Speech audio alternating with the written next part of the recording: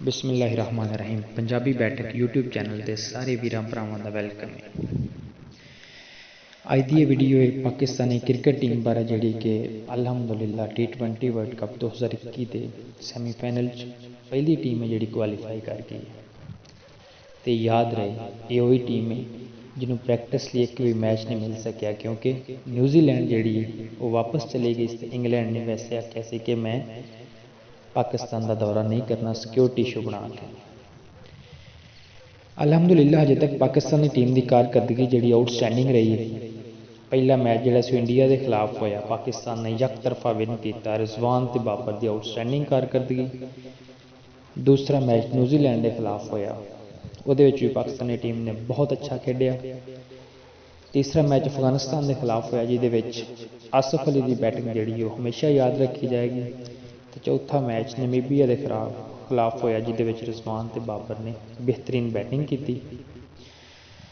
हुण थोड़ा डिस्कस करने पाकिस्तानी टीम दी खूबियां। अलहमदुलिल्लाह पाकिस्तानी टीम का जो बैटिंग आर्डर है शुरू ते बाबर ते रिजवान, उन्होंने बैटिंग जी आउटस्टैंडिंग जा रही है, आउटस्टैंडिंग बहुत अच्छी, हर मैच ही जो स्कोर कर रहे हैं।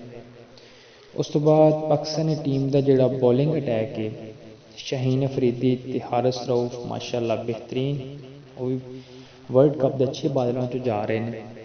तो मुहम्मद आसिफ के छक्के जोड़े ने उन्होंने कोई भी नहीं भूल सकता। आसिफ आउटस्टैंडिंग यार, ठीक है, बेहतरीन टीम जा रही है पाकिस्तान की। अल्लाह करे पाकिस्तान वर्ल्ड कप के जो कप जित के लिया। कुछ खामियां भी ने जिन्होंने बारे भी आप गल करने।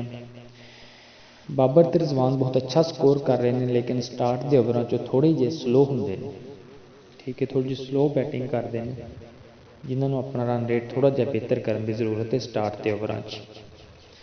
उस तो बाद जो पाकिस्तान का मिडल आर्डर बैट्समैन ने हफीज़ फखर है, ठीक है, तो कुछ हद तक शोएब मलिक है। इन्होंने भी चाहिए कि जी अपनी जी रिस्पोंसिबिलिटी का मुजाहरा थोड़ा जहा कर, हर मैच के लम्बे पै जाते हैं, थोड़ी जी बेहतरी कर, ठीक है। बॉलिंग के हसन अली उन्होंने काफ़ी मेहनत करने की जरूरत है। अल्लाह करे कि हसन अली जो भी थोड़ा बेहतर है, पाकिस्तान का हीरो है, तो पाकिस्तान ने वर्ल्ड कप जो इज्जत न जित के लिया। याद करो ये वही टीम है इन्होंने न्यूजीलैंड ने सिक्योरिटी का मसला बना के वापस चली गई सी। उस तो बाद पाकिस्तानी टीम तो बहुत आजज है, लेकिन पाकिस्तान के फैंस जिन्हों का मैं चैक कर रहा ट्विटर पर सोशल मीडिया पर दिमाग थोड़ा जहा ज़्यादा खराब हो गया। इंडिया को ट्रोल करते हैं तो ये वो, ठीक है, उन्होंने थोड़ा जहा आजज रहना चाहिए।